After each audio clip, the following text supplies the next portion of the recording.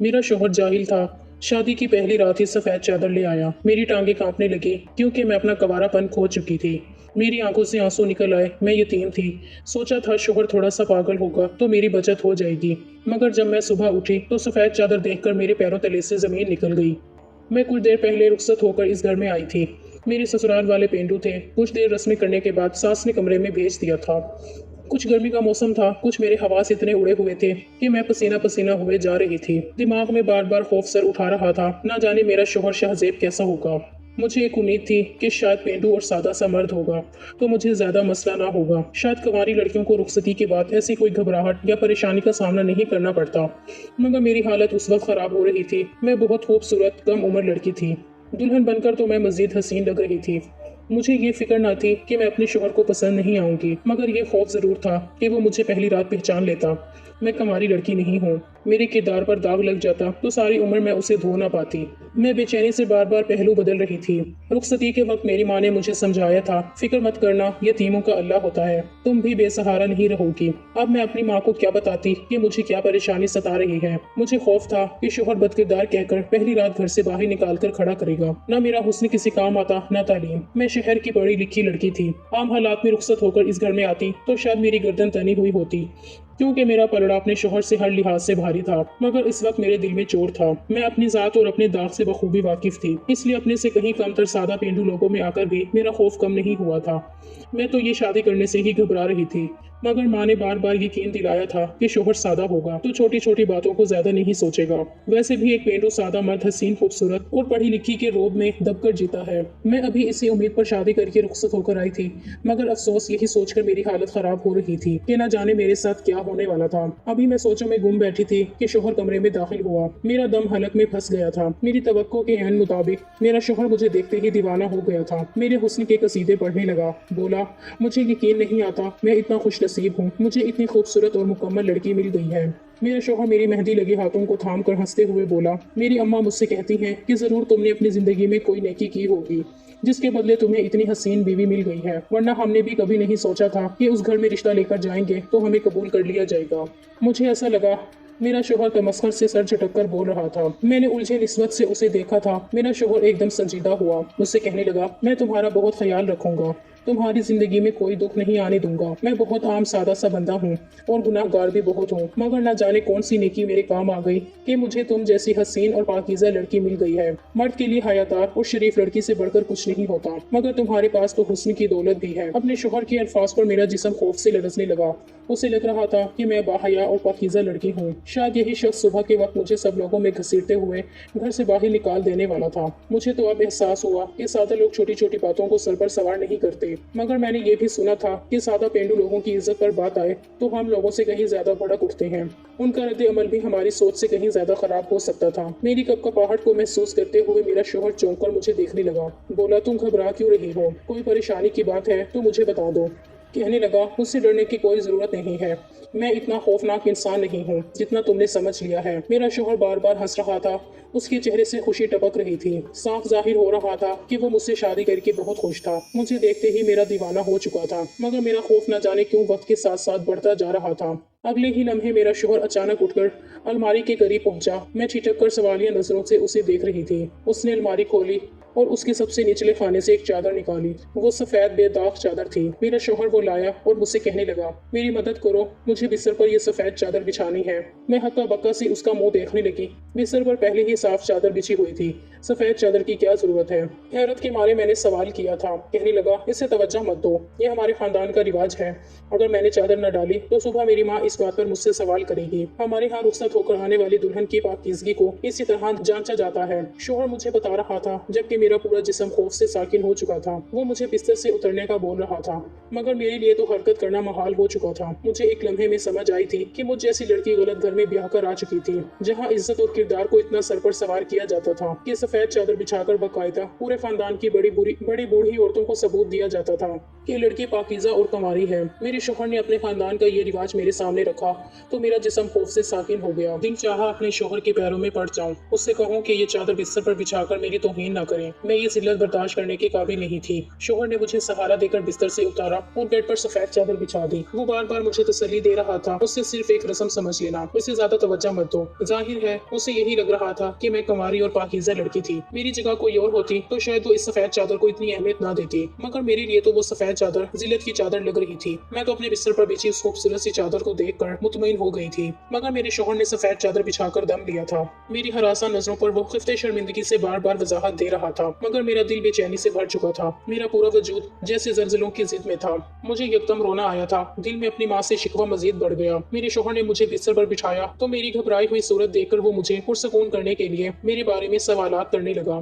بولا، مجھے اپنے بارے میں بتاؤ، تمہارا مزاج کیسا ہے اور تمہیں کیا چیز پسند ہے؟ میں نے ہمیشہ سنا ہے کہ مرد پہلی رات اپنی پسند اور اپنے اصول بیویوں کو بتا کر انہیں احساس دلاتے ہیں کہ اس عورت کو ساری عمر شوہر کے سامنے سر جھکا کر رہنا ہے اور اس کی پسند میں ڈھلنا بھی ہے، مگر میں اس رواج کو بدلنا چاہتا ہوں۔ بولا، تم مجھے اپنی پسند بتاؤ، مجھے بتاؤ کہ تمہیں کس قسم کا مرد پسند ہے۔ میں تمہارے لیے خود کو بدلنا چاہتا ہوں تاکہ میں تمہارے قابل لگوں اور تمہارا دل میری طرف سے مطمئن ہو جائے۔ میں جانتی تھی میرا شوہر میرے منہ سے اپنے بارے میں خیالات سننا چاہتا تھا۔ وہ مجھ سے باتیں کرنے کے لیے مسلسل بول رہا تھا، میری آواز سننے کے لیے مچل رہا تھا، مگر جبکہ میرے پاس بتانے کے لیے کچھ نہیں تھا۔ اپنا بچپن یاد کیا ہے تو دل بری طرح بیٹھ گیا تھا۔ میں یتیم لڑکی تھی، کوئی خاص ہنستا مسکراتا بچپن نہیں گزرا تھا کہ اپنے شوہر کو خوش ہو کر بتاتی۔ میرا شوہر خود ہی مجھ سے باتیں کرتا میرے قریب ہو گیا تھا۔ میں نے خود کو اللہ کے حوالے کر دیا۔ ماں کا جملہ مجھے بار بار یاد آ رہا تھا کہ یتیموں کا ولی وارث اللہ ہوتا ہے۔ میں نے بھی اسی بات پر یقین کر کے خود کو اپنے شوہر کے حوالے کر دیا۔ دل میں خوف سر اٹھا رہا تھا، مگر میں نے کوئی تماشا نہیں کیا تھا۔ پہلے ہی اپنی کمی سے واقف تھی، اس کے بعد مزید اپنے شوہر کو تنگ نہیں کرنا چاہتی تھی، نہ ہی میں کوئی ایسی ویسی حرکت کر کے شوہر کو اپنی طرف سے مشکوک کرنا چاہتی تھی۔ صبح اٹھ کر میں سجدے میں گری، اللہ سے مدد مانگتی رہی، روتی رہی۔ میرا شوہر صبح جاگا تو سفید چادر کو جھانکا تو دیکھ کر پتھرا گیا تھا۔ میں سہمی ہوئی سی ایک جانب کھڑی خوفزدہ نظروں سے اپنے شوہر کو دیکھنے لگی۔ نہ جانے اب وہ کیا فیصلہ سناتا، شاید وہ مجھے طلاق دے کر یہی سنسار کر دیتا۔ کمرے سے باہر شوہر کا پورا خاندان جمع تھا۔ دروازے پر 2 بار دستک دی جا چکی تھی۔ جبکہ میں اندر بیٹھی شوہر کو دیکھ رہی تھی، میری آنکھوں سے آنسو ٹپک پڑے۔ میں اپنے شوہر کو صفائی دینا چاہتی تھی، مگر وہ کچھ پوچھ ہی نہیں رہا تھا۔ میں بنا سوال کیے جواب دے کر مزید شرمندہ نہیں ہونا چاہتی تھی۔ اچانک میرے شوہر نے ایسی حرکت کی جس پر مجھے حیرت کا شدید جھٹکا لگا تھا۔ میں پھٹی پھٹی آنکھوں سے اپنے شوہر کو دیکھ رہی تھی، جبکہ وہ اپنے ہاتھوں پر سر گرائے پھوٹ پھوٹ کر رو رہا تھا۔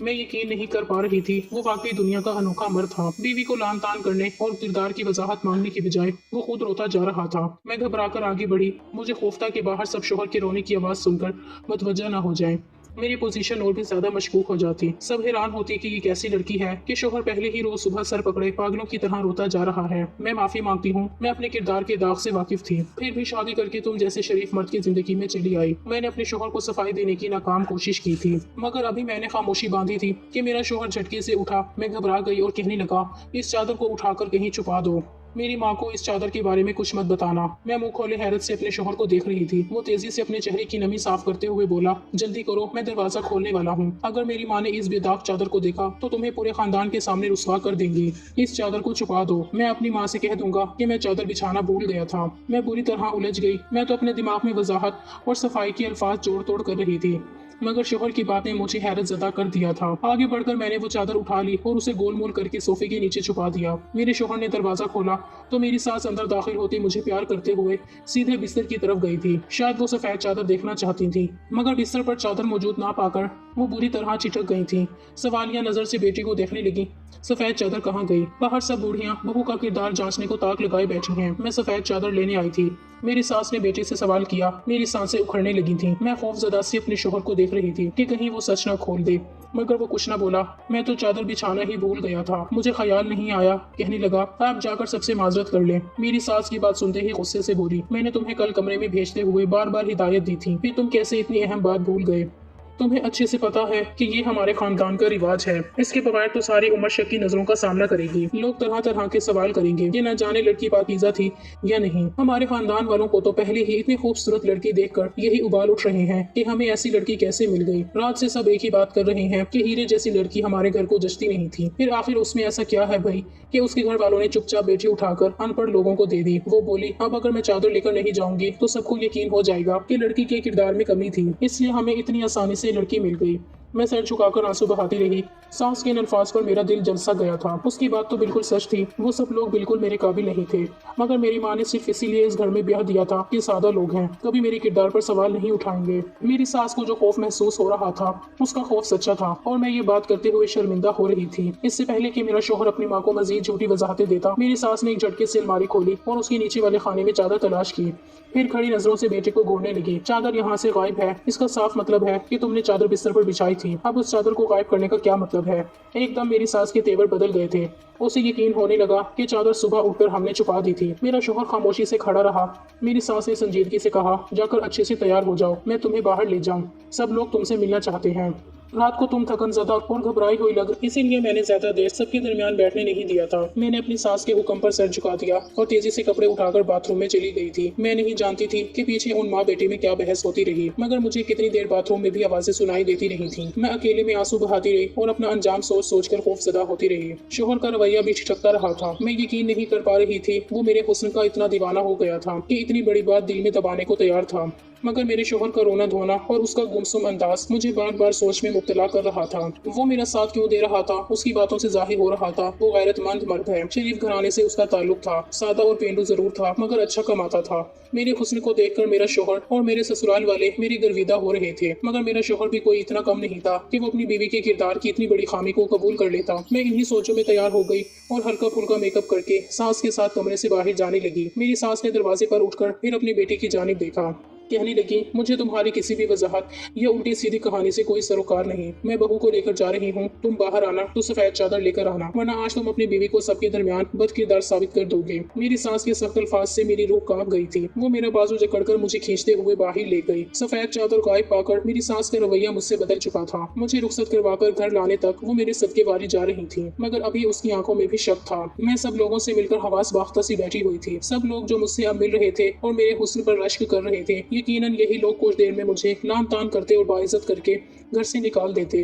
میرے حواس اڑے ہوئے تھے، خوف سے میرا دماغ مفلوج ہو رہا تھا۔ سب میرے شوہر کا انتظار کر رہے تھے۔ کچھ دیر بعد میرا شوہر جھکے ہوئے سر کے ساتھ باہر نکلا تو اس کے ہاتھوں میں چادر تھی۔ میرا وجود لرزنے لگا۔ میں نے شدت سے دعا کی میری موت ہو جائے مگر وہ ضلالت نہ ملے۔ شوہر نے چادر لا کر اپنی ماں کو پکڑا دی اور ایک طرف بیٹھ گیا۔ میں سب لوگوں کے درمیان بیٹھی ایک دم جیسے بے یارو مددگار ہو چکی تھی۔ میری ساس نے سب کے سامنے چادر کھولی تو مجھے زوردار جھٹکا لگا۔ چادر پر سرخ نشانات تھے۔ میں پھٹی پھٹی آنکھوں سے شوہر کو دیکھنے لگی۔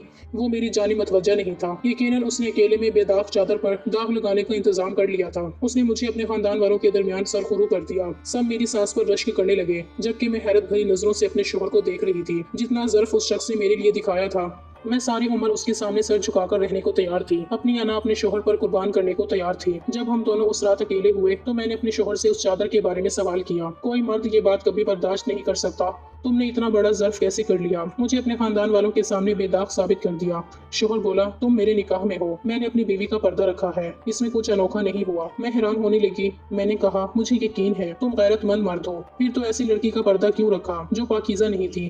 میرا شوہر سر جھکا کر بیٹھا رہا، پھر آہستہ آہستہ سے بولا، یہ بات واقعی ناقابل برداشت ہے کہ میری بیوی کنواری نہیں تھی، پاکیزہ نہیں تھی، مگر میں تم پر انگلی اٹھانے کے قابل نہیں ہوں۔ میں بھی بد کردار مرد ہوں۔ میں نے اپنی زندگی میں ایک ایسا گناہ کیا ہے جس پر آج تک پچھتاتا ہوں اور اللہ سے معافی مانگتا ہوں۔ جب میں نے بے داغ چادر دیکھی تو میرے وجود کو جھٹکا لگا تھا۔ ایک لمحے کے لیے میرا دل چاہا تمہیں بالوں سے جکڑ کر گھسیٹتے ہوئے باہر لے جاؤں، مگر مجھے میرے گناہ نے روک لیا۔